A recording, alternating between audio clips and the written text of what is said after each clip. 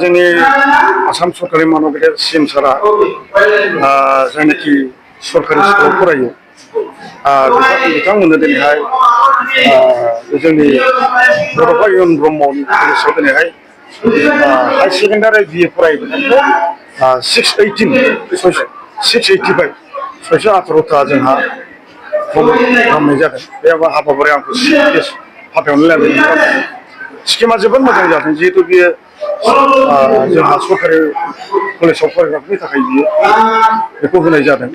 मानो होनबा प्राइभेट कलेजाव फरायफोरनो होनाय जायाखै। दा मासाव 10,000 खरि होनाय जायो।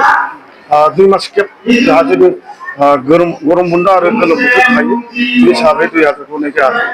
दा आं साथ्रफोरनाव सोंदों आङो बोसोराव एडमिसना बेसेबां थाङो? बोसोराव 4,000 थाखा थाङो। अब्ला बेखौ सरकारानो ग्रहन खालामबाय।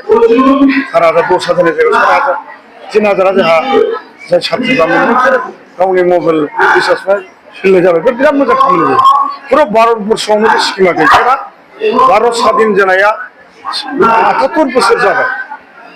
दा बे स्किमखौ रावबो गोसोखांफेराखैमोन नाथाय दिनै जोंनि मानाव गेदेर मानगोनां आसामनि चिफ मिनिस्टार सारा बे खामानिखौ मावना होनो थाखाय आङो सारखौ आङो गोसो सिंनिफ्राय रोजा रोजा साबायखर बावो।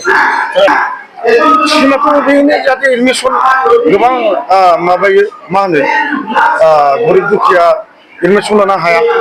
बेथ' जाय फरायदों दा इयुन गामि ओनसोलनि गरिब दुखियानो बाव एडमिसन लागासिनो दङ। दा बिसोरनो मोनगासिनो दं।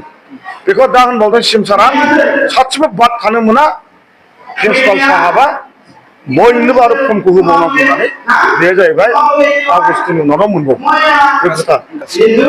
गोबां स्टेसन दङ BTCआव जेरावबो मोनजोबो जायनाखि सरकारि कलेज बाव गासिबो मोनजोबो। दिनै आं 685 अलरेडि रानबाय बेनो आरोखि बिराद मोजां स्किम बियो।